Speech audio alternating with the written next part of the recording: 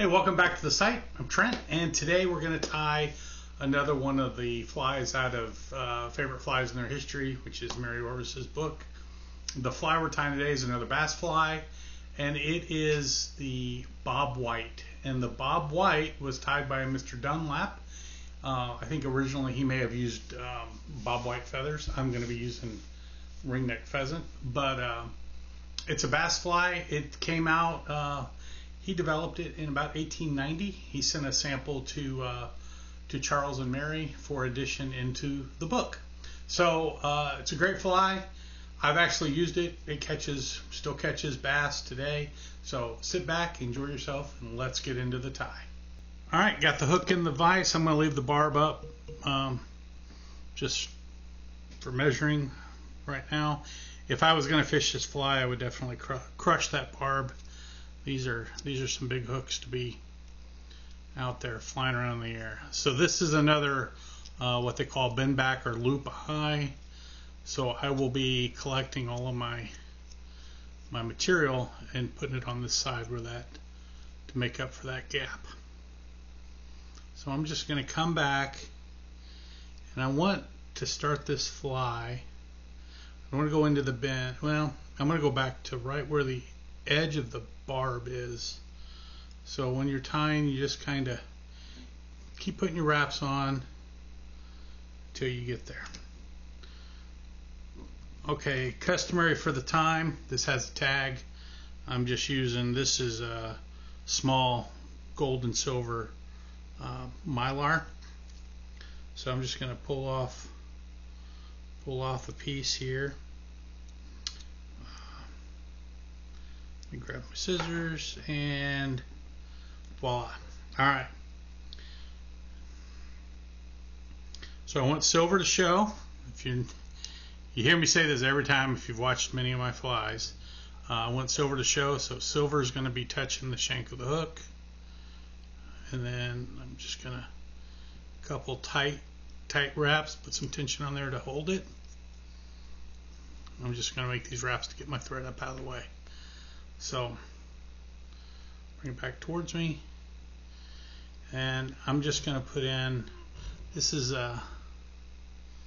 just a couple wraps. I just want that little bit of a silver tag on here.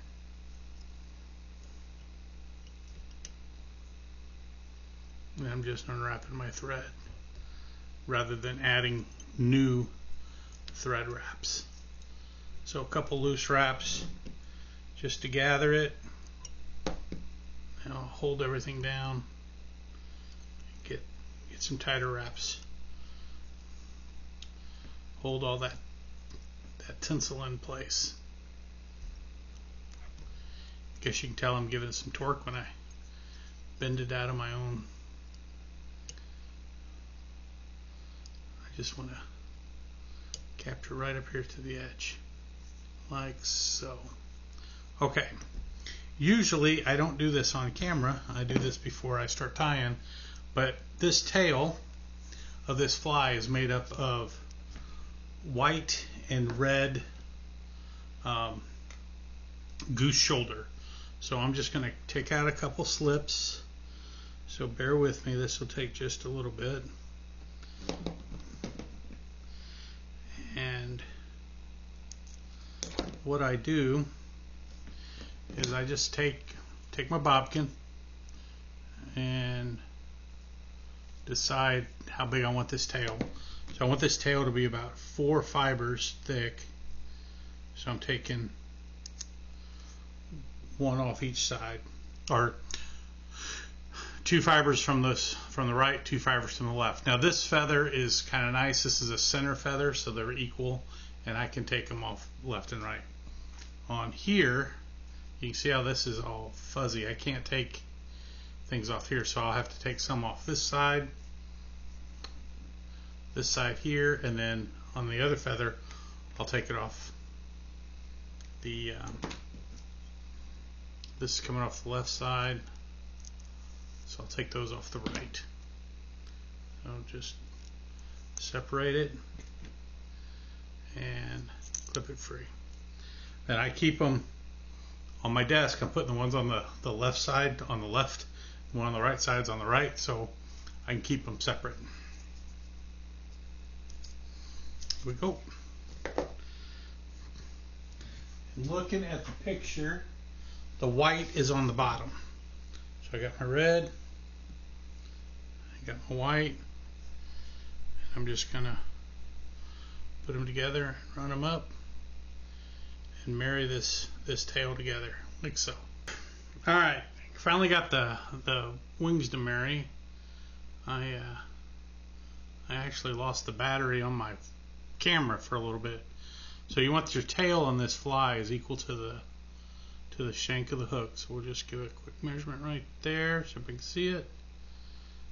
Now, when I do these, and I've mentioned this in the past, I don't remember what fly tyer I watched when he was setting these tails, but I straddle the hook with fibers on both sides, and then I just give a loose collecting wrap, and then I bind it down nice and tight, moving backwards towards where the tag is, and just give a nice pull.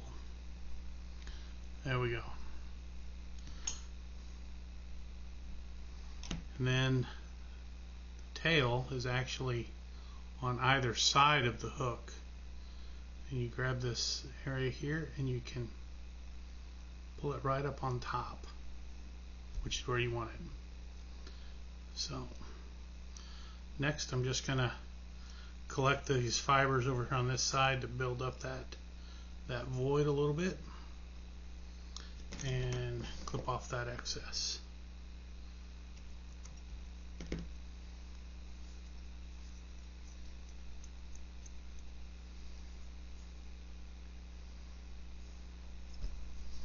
Alright, the body of this fly is, boy, that tail just really is giving me fits.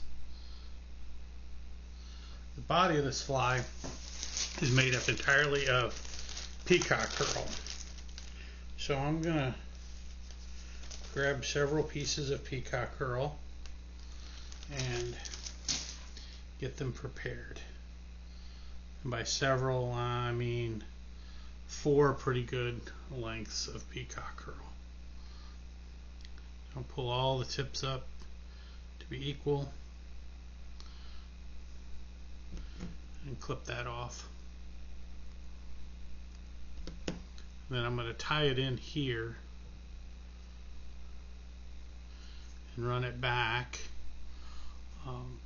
just to help kind of build up the body a little bit.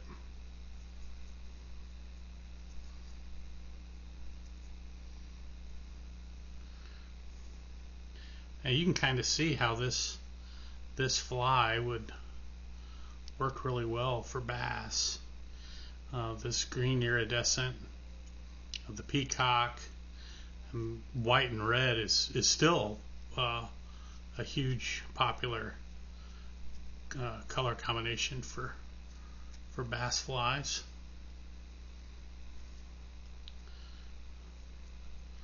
So I'm running out of my peacock, getting to some ugly pieces. So I'm going to clip this and actually just grab a couple more strands, or pearls rather, and tie some in. And I'm going to go back a little bit with it because I really want kind of a fatter body than I'm getting. So I'm just going to build it up with peacock.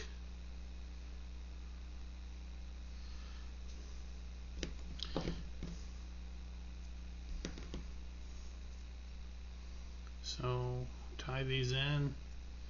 I'm just going to go back about midway and then come forward.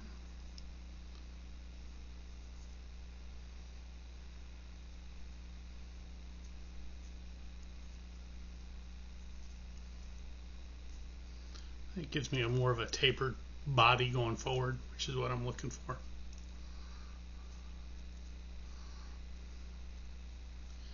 Alright, so we tie these off. Now, I know a lot of fly tiers are going to watch this and say there's no ribbing, there's nothing to protect all that peacock, and there's not. Now, if you were tying this for your own use and you wanted to throw some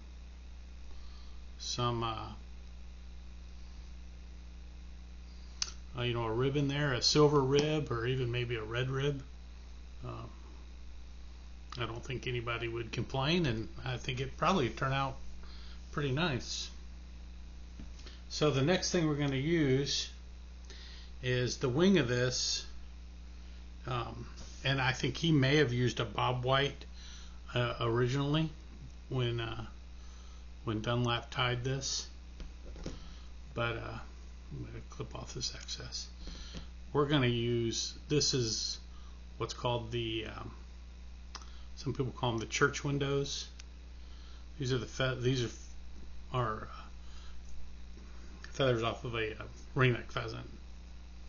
Again, unfortunately, kind of like some of the other flies I show on here, you're going to have to get the entire pheasant skin. I don't know that you can just buy these feathers on their own.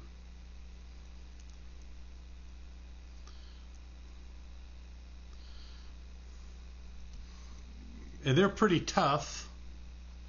So when you get them tied in, if they want to go one way or the other, don't feel squeamish about just grabbing them and torquing them pretty good. There's a pretty good quill in there, and they hold up pretty good. So now I just want to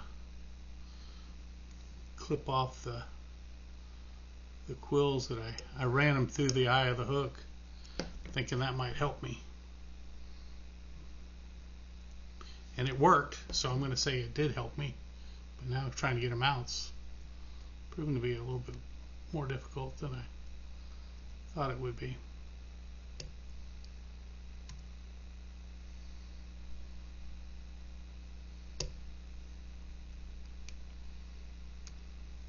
There we go. Get all that closed up. And then the last thing we're going to do for this fly is we're going to, as I keep messing with my wing, is we are going to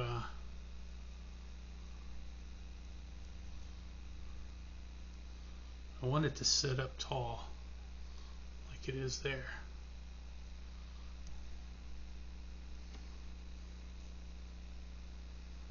Okay, there we go. I like that. All right, next we're gonna put a red collar, and I am just using a schlappen feather because it's a wet fly. You know, this is a subsurface. I want a lot of movement.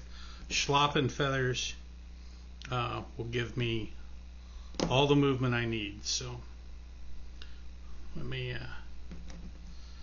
this set up, and I'm just going to tie it in by the tip.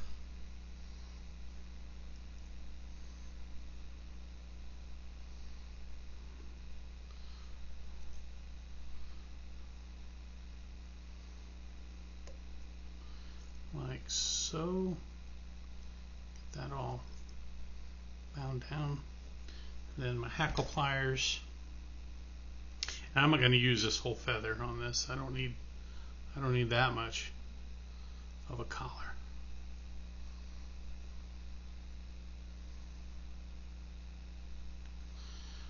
I had someone ask me earlier. They like they commented on my patterns, and I will tell you, I really enjoy. These are the flies that I really enjoy tying. They're maybe not as popular nowadays. Most people may not have even heard of these flies, but they still work. They still catch fish, and they don't look like everything else, which is part of the reason why I like tying them.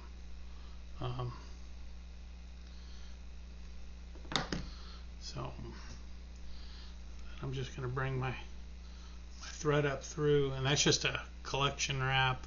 There's really not a lot of tension on it. It's just the way the bobbin is holding the feather still. And then I'm going to clip off the excess here.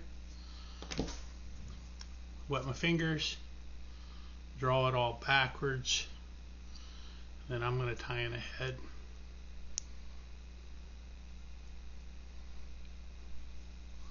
Of just some black thread. As I tie this, I got to be careful because the background behind me, behind the fly, the camera's on, is black as well. So sometimes it's hard for me to get a good view on what when I'm finishing off these heads.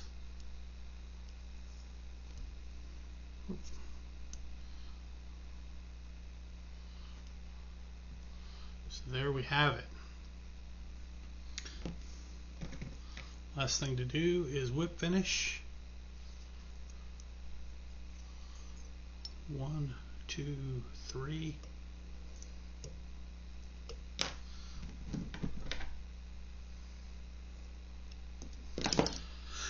So there is the Bob White. It's a bass fly. It was developed in 1890, and it still works today. It's a great fly.